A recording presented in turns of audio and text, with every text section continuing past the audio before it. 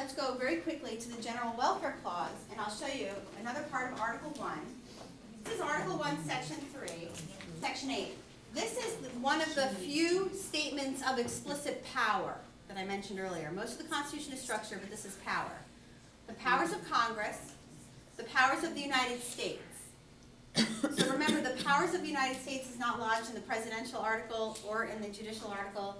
It's lodged in the congressional article. Congress shall have power to lay and collect taxes, duties, imposts, and excises, to pay the debts and provide for the common defense and general welfare of the United States. This is our subject today. But all duties, imposts, and excises shall be uniform throughout the United States, to borrow money on the credit of the United States, to regulate commerce with foreign nations and among the several states, to establish a uniform rule of naturalization, which is immigration, coining money, regulating the value, providing for punishment of counterfeiting, to establish a post office, to promote the progress of science and the useful arts by securing copyrights. Interesting, that's right there. To constitute tribunals inferior to the Supreme Court, to define and punish piracies and felonies on the high seas, to declare war, to raise and support armies, to provide a navy, to make rules of government, to provide for the militia, and a few other things. And that's it. And this is key, and this, something that articles did not have. And here's a list of more powers, and to make all laws which shall be necessary and proper. What do your students sometimes call this? What's this clause? Necessary and proper. Or the last, right, this is the necessary and proper clause, but sometimes people call it the elastic clause, and sometimes that's a very good image, actually. To make all laws which shall be necessary and proper. So let's go up here, back to the top of Article 1, Section 8, and look at this first clause again. The Congress shall have power to lay and collect taxes, duties, imposts, and excises, to pay the debts and provide for the common defense and general welfare. Why is that phrase in this sentence? Here's general welfare again from the preamble, but it's here. Not alone, but here. Why in this sentence? What else is involved here? They're not going to tell us explicitly. But why do you think general welfare is listed in this particular sentence? We're giving reason why they're going to collect those. Yes. It's saying that you've got to give a reason when you're collecting taxes. What will that money be used for? People were sensitive then about taxation, just as we're sensitive today. What is the money going to be used for? But here's the problem. Is general, and by the way, this is bizarre punctuation, right? I don't know why they capitalize this way. But general welfare is not defined. So who gets to decide what it is then?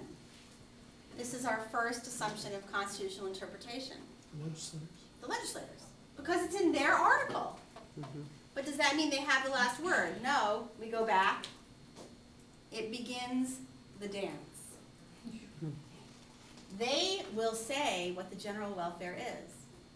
The president gets a response. The House and Senate might even see the same thing differently. The voters certainly get a response, at least those eligible to vote. And if a case, a natural case, comes up before the Supreme Court, which we'll talk about at the end, Goal get and another bite of project. it. And who were they? Support of federal government. Right. They're supporters of the Constitution. So just remember that there are 55 people in Philadelphia, but they're self-selected, meaning everybody who went to Philadelphia knew that the reason they were going was to rewrite the Articles of Confederation. The people who didn't want to do that did not go. So it's a somewhat distorted group. Of these 55, 3 people embarked on a letter-writing campaign under the pseudonym Publius. And who are those 3 people? Hamilton, Jay. Yeah. Hamilton, Jay, and Madison. Jay got sick and only wrote a few papers. So most of the papers written under the name Publius were Madison and Hamilton. And I try to tell my students it's the complete opposite of celebrity endorsements today. Today, why do people attach their name to causes and then we're supposed to care about what Bono cares about? Right? or what Beyonce cares about. Why do celebrities attach their names to charities now? Right up. But then, this is odd, Somebody cares. they are the celebrities of the day, and they chose to write letters supporting the Constitution under a pseudonym. And then the people who respond to them, the anti-federalists, they also choose pseudonyms. They're doing the exact opposite. They're detaching their name from their cause. What do you think the goal is, at least the ideal goal, is to say, read this and you don't know who I am. So why would you read it?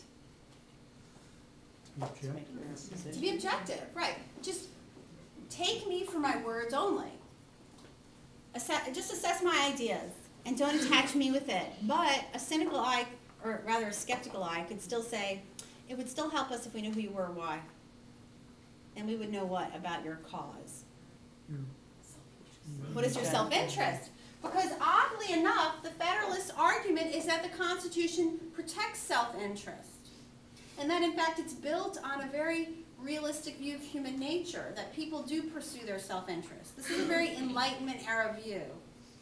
That people, so under C, what they try to do first is defend the proposed Constitution, and then they go bit by bit through it.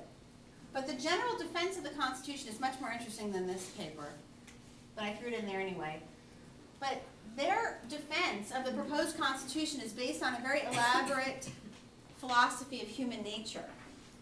And this is something that is very important to realize about them, that they weren't just selling the document, they're selling a vision of community.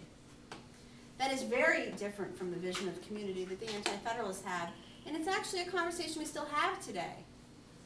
The Federalists said you can't have a democracy unless you understand, or even a republic, until you understand what people are made of. And they said what people are made of is not the prettiest. Think of an average person when you're driving down the highway. What do you think of the people around you? Think about people in politics, special interests. What are special interests? In other words, if you don't think highly of your fellow man, what kind of a democracy could we possibly build? What's wrong with people, in other words, is a great way to start the conversation. So they thought a lot was wrong with people. Like what? Probably what you thought, what you think is wrong with people, which is people are selfish, self-interested, ambitious, see the world through their own perspective. This is exactly how families work. This is exactly how classrooms work. This is how workplaces work. The first thing you have to understand is something you already know, which is that you see the world through your own lens, and boy, do other people see the world through their own lenses. Now, of course, your lens is better. It goes without saying. And everybody else is very narrow, and you're the broad-minded person. But the truth is, they said this too, and they said it's a natural thing for people to see the world through their own interest. And then even more so in a free society, if individual citizens have freedom, which most did not then, but if you have freedom of association and you form groups, what does that group then do? Why do you form political groups? To have more power, because the more people who see things your way, you can control things legally. A legal mob is a majority. And they said that if you want to be careful of large groups, you've got to break up power in this complicated way. That was their best defense. We are realistically a society of individualists. That was their vision. And you have to protect against other people's interests by forming your own interest and then having peaceful conflict and resolution.